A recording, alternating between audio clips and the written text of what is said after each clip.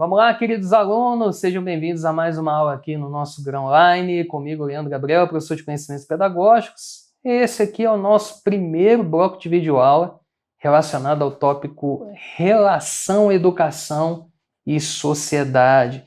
É um tópico aí corriqueiro nos editais dos mais diversos concursos das carreiras educacionais.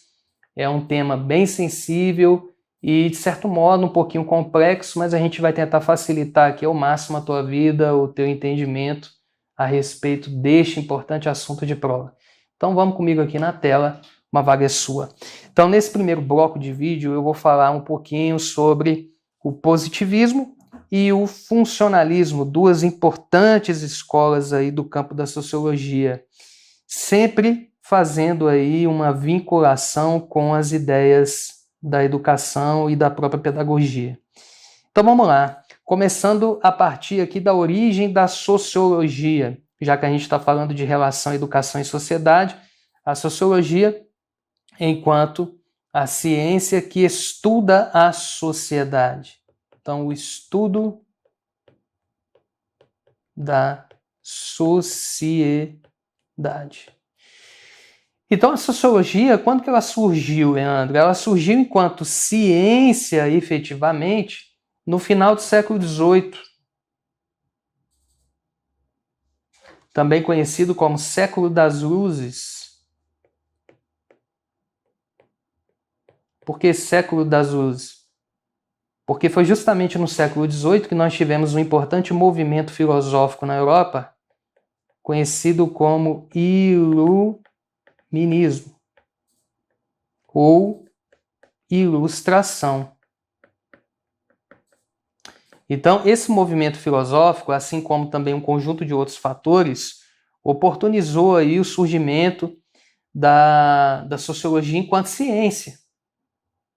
Então, a ciência que vai investigar a sociedade, os fatos e fenômenos sociais. E ela teve a sua consolidação no início do século XIX. E a sua consolidação no início do século XIX se deu a partir das ideias do sociólogo e filósofo francês Auguste Comte, que foi, né, o precursor aí do positivismo, que é o que a gente vai falar já já, na busca por entender a sociedade e os seus conflitos. Então, os fatos sociais que, de certo modo, marcam e marcaram a trajetória da humanidade durante vários séculos. Então, aqui, ó, a gente começa com o pai da sociologia, Auguste Comte. Então, é considerado aí por muitos intelectuais como o pai da sociologia. Comte, que nasceu na França, viveu entre 1798 e 1857, e ele vai dizer o seguinte, que o conhecimento da sociedade visava o restabelecimento de sua ordem. Então, a ordem, a questão da ordem, visando o progresso. Então, isso aqui é conhecido por todos nós, né? Ordem e progresso. Qual que é o lema? Corta aqui para mim. Qual que é o lema da bandeira nacional? Então tá lá, ordem e progresso. É um lema positivista. Então vamos aqui na tela. Comte faz parte de um grupo de pensadores classificado esse grupo como conservador, pois suas ideias propõem a estabilidade e o desenvolvimento da sociedade capitalista. Então esse é um ponto-chave de prova. O positivismo de Auguste Comte em nenhum momento se contrapôs ao modelo capitalista existente, incorporando, portanto, ideais o quê? Liberais. Então, o liberalismo enquanto modelo ou forma de pensamento filosófico, econômico, político, incorporado ao modo de produção intitulado capitalismo. Então, vamos aqui na tela. Então, ó, ideais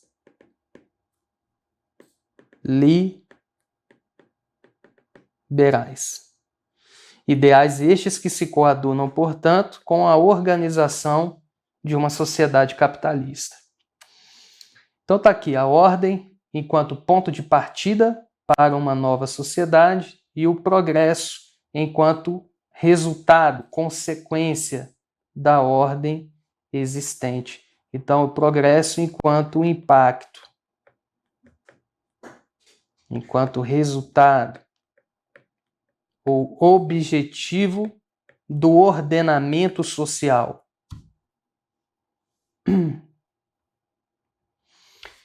Comte também foi o grande precursor da conhecida Lei dos Três Estados ou estágios. Então, Lei dos Três Estados, porque estados, os estados de desenvolvimento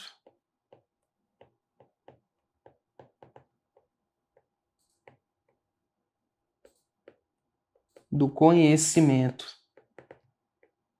Conhecimento espiritual, conhecimento filosófico, conhecimento político e por aí vai.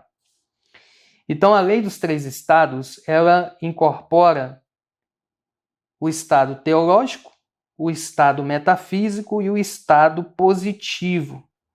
O teológico, que se associa ao fetichismo, politeísmo e ao monoteísmo. Então, o fetichismo, nós tínhamos aí inúmeras sociedades primitivas que cultuavam objetos tidos como poderosos ou sobrenaturais.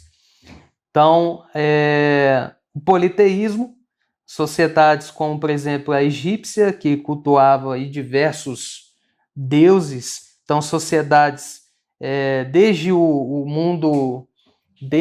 mundo oriental, né, podemos dizer assim, antes da sociedade grega, romana, nós já tínhamos aí inúmeras sociedades que, de certo modo, incorporavam aí o culto a diversas divindades, o politeísmo, e gradativamente nós tivemos aí o surgimento das religiões, então, como, por exemplo, o judaísmo, o cristianismo, o islamismo. Então, gradativamente tivemos aí a destituição das sociedades politeístas e a incorporação de sociedades caracterizadas como monoteístas. Então, o teológico, associado principalmente à religião, à imaginação, assim como também aos mitos. Então, sociedades mitológicas.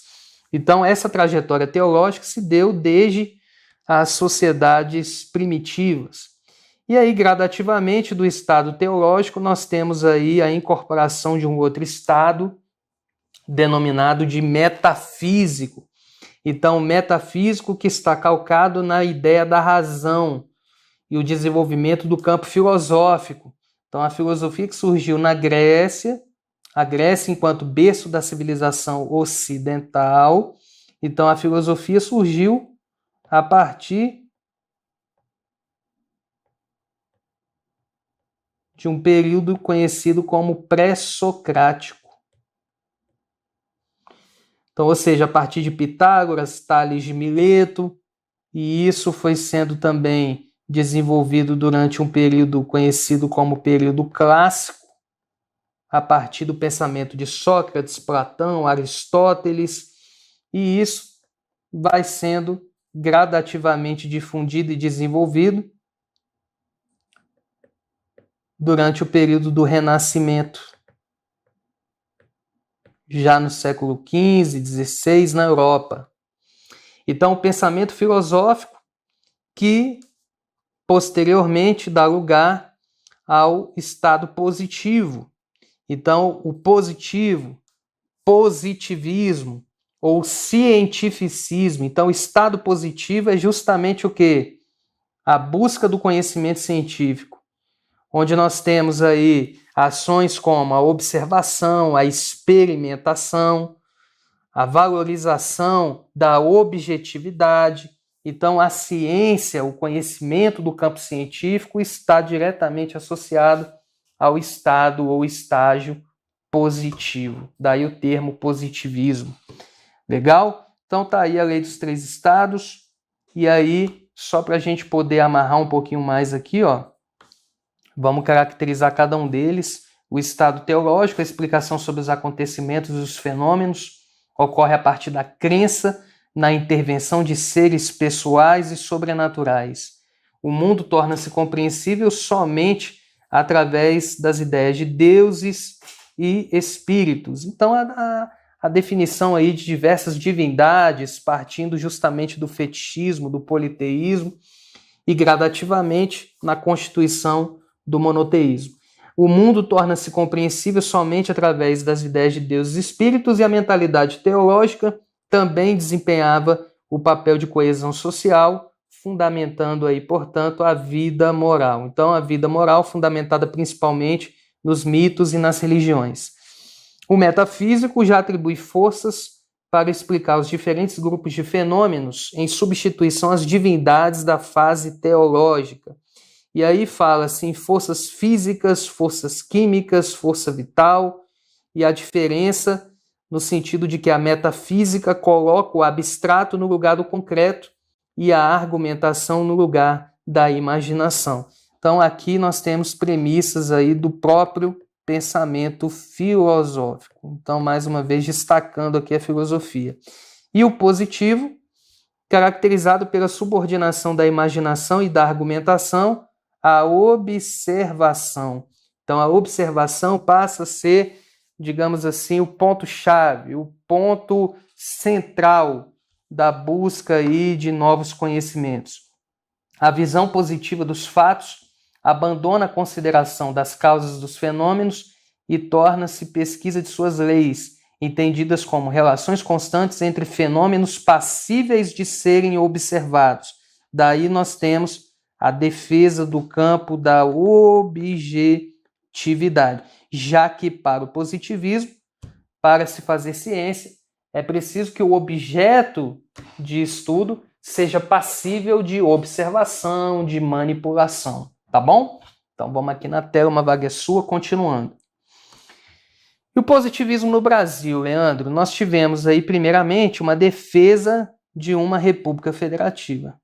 Então podemos dizer que a proclamação da República Federativa do Brasil, em 15 de novembro de 1889, teve uma forte influência do pensamento positivista? Sem dúvida nenhuma.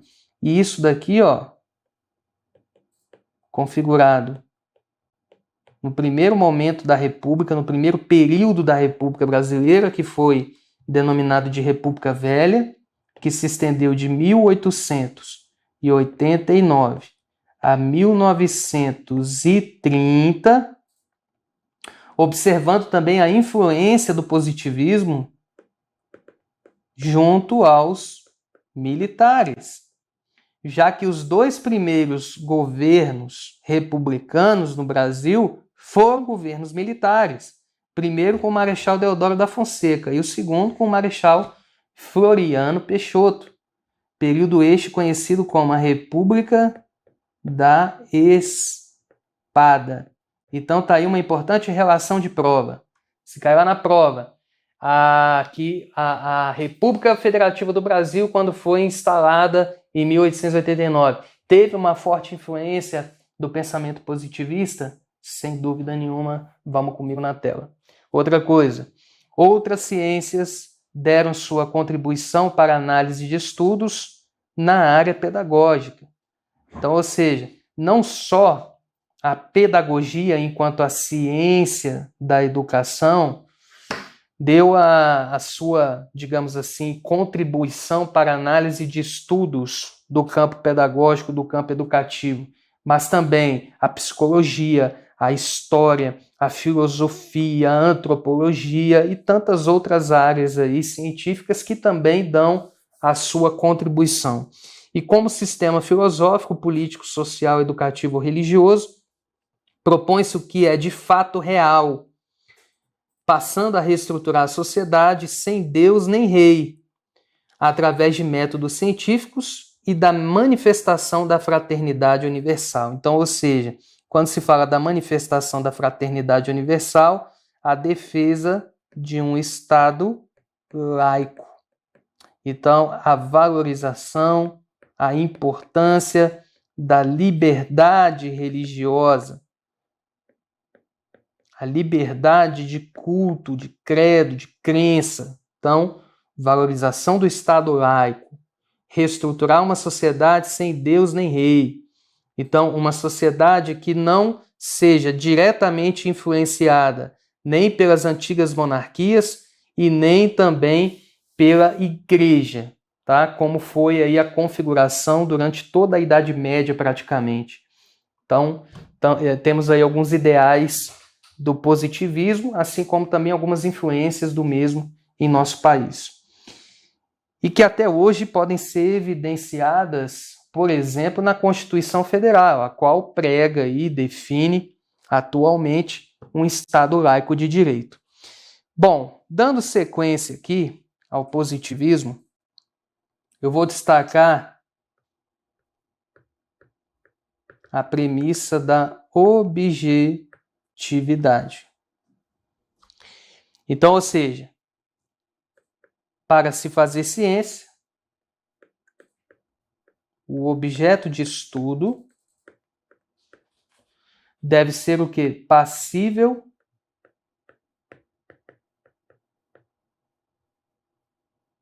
de observação.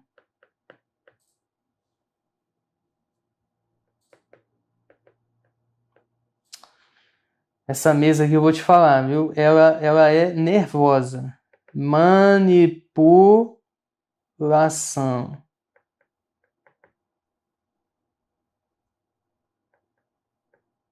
Então, passível de observação e de manipulação.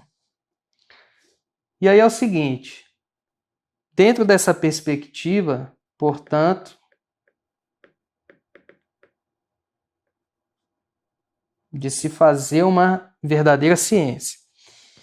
E aí eu já começo a fazer aqui conexões com a educação em si. Olha só que conexão interessante eu vou fazer aqui agora. A objetividade é um elemento que eu posso integrar com qual tendência pedagógica? Qual que é a tendência pedagógica que defende racionalidade, produtividade, eficiência, objetividade? É a pedagogia tecnicista. Ah, Leandro, então quer dizer que há uma certa relação entre tecnicismo e positivismo? Sim. Então, o que eu quero aqui? Que você não memorize, que você não decore isso, mas o nosso objetivo aqui é fazer com que você entenda o porquê de certas relações, tá? Então, vamos aqui na tela, ó. A objetividade, ela tem uma relação muito forte com a pedagogia tecnicista, tá bom? Então, essa é a primeira observação. Então, para se fazer ciência, é preciso que o objeto seja passível de observação, de manipulação, etc. Uma outra questão importante que eu quero destacar aqui é a seguinte, ó. A ideia de que quem detém o conhecimento determina como deve ser a prática.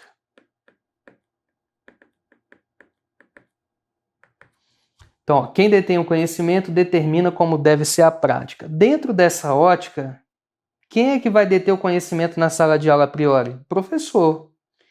Então, se ele detém o conhecimento, tem essa autoridade de determinar como deverá ser a prática, então eu só posso traduzir isso na ideia do professor enquanto centro do processo pedagógico, sim ou não? Então, se o professor ele é o centro do processo pedagógico, aí volta aqui em mim. Qual pedagogia afirma, considera o professor enquanto agente transmissor, o aluno enquanto um mero receptor passivo das informações, o professor enquanto a real autoridade na sala de aula? Qual é a tendência que fala sobre isso? A tradicional. Então vamos aqui na tela. Ah, Leandro, então tem uma relação da pedagogia tradicional com o positivismo? Tem também, tem uma relação aí. E uma outra que é a seguinte, que eu já falei há pouco ali. Se o Estado é laico, visando essa fraternidade universal, então a educação, por sua vez, também se configura como uma educação que laica. Então, se a educação é laica, Eu posso, Leandro, fazer uma ligação com uma tal de pedagogia renovada? Sim. A pedagogia renovada, que se subdivide em duas tendências básicas, a tendência progressivista e a tendência não diretiva. E aí eu vou dar um exemplo aqui no Brasil de movimento renovado na educação, que foi o próprio Manifesto dos Pioneiros da Escola Nova, em 1932. Esse Manifesto dos Pioneiros, em 1932, defendia a laicidade no ensino. E isso, de certo modo, também foi, em parte, influenciado pelo positivismo. Leandro, o que tem em comum, então, nisso que a gente está falando agora? Você fez relação do positivismo com o tecnicismo, com a tradicional e com a renovada. O que tem em comum entre tecnicismo, tradicional e renovada? Todas elas são liberais. Então está aqui, ó, importante relação de prova. O positivismo enquanto uma escola do campo sociológico que influenciou diretamente as pedagogias liberais, direta e indiretamente, as pedagogias liberais. Valeu? Então, vamos lá agora, para a gente encerrar essa análise, vamos resolver questões. Então, a primeira questão fala assim: considerando os fundamentos teórico-metodológicos das ciências sociais, julgue o item subsequente, item 1. Augusto Comte, considerado um dos fundadores da sociologia, foi um dos primeiros a empregar o termo sociologia, tendo utilizado de maneira completamente desvinculada das ciências naturais, tendo utilizado o termo de maneira desvinculada das ciências naturais, as ciências da naturais que são conhecidas como ciências da natureza, como é o caso da física, da química, da biologia. Ora, são ciências que, de certo modo, valorizam e muito a objetividade. Se elas valorizam muito a objetividade, como é que eu vou dizer que o termo sociologia empregado por Augusto Comte tenha sido utilizado de maneira completamente desvinculada das ciências naturais? Errado, erradíssimo. Essa primeira questão aí.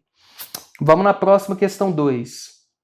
Segundo Comte, os esforços humanos para entender o mundo passam através da lei dos 3 estágios. Estágio teológico, metafísico e positivo. Julgue as afirmativas abaixo, item 1. O estágio positivo, introduzido pelas descobertas e conquistas de Copérnico, Galileu e Newton, encorajou a aplicação de técnicas científicas no mundo social. E essa daí, tá certa ou tá errada? Bom, nós sabemos que Nicolau Copérnico, Galileu Galilei e Isaac Newton foram figuras de extrema importância para o desenvolvimento da ciência moderna. Em um período aproximadamente ali entre século XVI, XVII, pegando também um pouquinho do século XV, um pouquinho do século XVIII, mas aí vamos destacar aqui, ó, século XVI e XVII. Então, ó, o estágio positivo, introduzido pelas descobertas desses grandes nomes, dentre tantos outros como Leonardo da Vinci e por aí vai, encorajou a aplicação de técnicas científicas no mundo social, sem dúvida nenhuma. Gabarito correto. E foi a partir do emprego de tais técnicas que nós tivemos aí o surgimento da sociologia, enquanto ciência investigativa da sociedade. Item 2. No estágio teológico, os pensamentos eram guiados por ideias religiosas e pela crença de que a sociedade era uma expressão da vontade de Deus. Certo ou errado? Certíssimo. A sociedade que é composta por um conjunto de seres humanos que são, de certo modo, aí, todos eles considerados filhos do mesmo Pai Criador. Então, criados à imagem e semelhança de Deus. Então, está aí o estágio teológico, Item certo. Item não, agora questão 3. A questão 3 ela tem um texto base. Fala assim: todos os bons espíritos repetem desde Bacon. Quem é o Bacon? Não é aquele baconzão que você adora comer no sanduíche, não. Esse Bacon é o Francis Bacon. Então, Francis Bacon foi um importante filósofo inglês que viveu ali no século XVI, né? Então, nasceu ali no século XVI. E um dos grandes precursores do empirismo. Então, Bacon valorizava muito o conhecimento partindo das experiências, dos fatos observados, enfim. Então, que somente são reais os conhecimentos que repousam sobre, aqui, ó, fatos observados. E aqui é um trecho da obra Curso de Filosofia Positiva, a famosa obra de Augusto Comte, Comte usando como referência Francis Bacon. Então, questão 3, a partir do trecho acima e acerca do positivismo, julgue os itens que se seguem. Item 1. A influência positivista no Brasil limita-se ao lema Ordem e Progresso, presente na bandeira nacional? Limita-se a esse lema Ordem e Progresso? Não, claro que não. Nós também citamos aqui, elencamos nessa videoaula outras influências. Então, errado. Item 2. O positivismo de Comte exaltava a ausência de coesão social e de harmonia dos indivíduos em sociedade. Exaltava a ausência, muito pelo contrário. A ausência de coesão social e de harmonia gera barbárie. Então, Comte não era favorável à barbárie. Ele não exaltava a ausência de coesão, mas sim a necessidade de se empreender uma maior coesão e harmonização dos indivíduos em sociedade. E isso foi, de certo modo, uma grande influência para o próximo pensador que a gente vai analisar, que é, olha aqui para mim, exatamente o pensamento de Émile Durkheim. Então, Durkheim ele foi fortemente influenciado pelas ideias de Augusto Comte. Tanto é que a escola funcionalista ela é considerada como uma vertente da escola positivista. Então, vamos aqui na tela. Ó. Então, o item 2 é errado. E o item 3. Comte estabeleceu as bases da sociologia na época, uma nova ciência que ele chamaria de física social, cuja preocupação é a explicação dos fenômenos sociais. Então, aqui, ó, o item está devidamente correto. Então quer dizer que Comte também chamava a sociologia de física social? Sim. Então, física social, preocupação e explicação dos fenômenos sociais a partir de pressupostos científicos. Item 3, correto. Questão 4.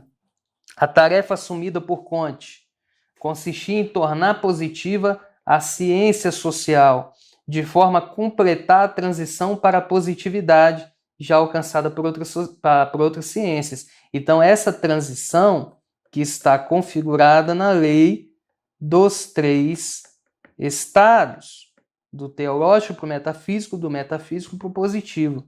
Gabarito aqui, correto. Então, questão aqui correta. Bora na próxima?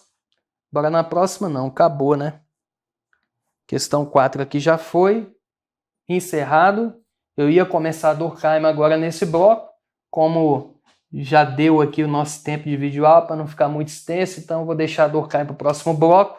Lembre-se sempre, você é capaz e uma vaga é sua, tamo junto.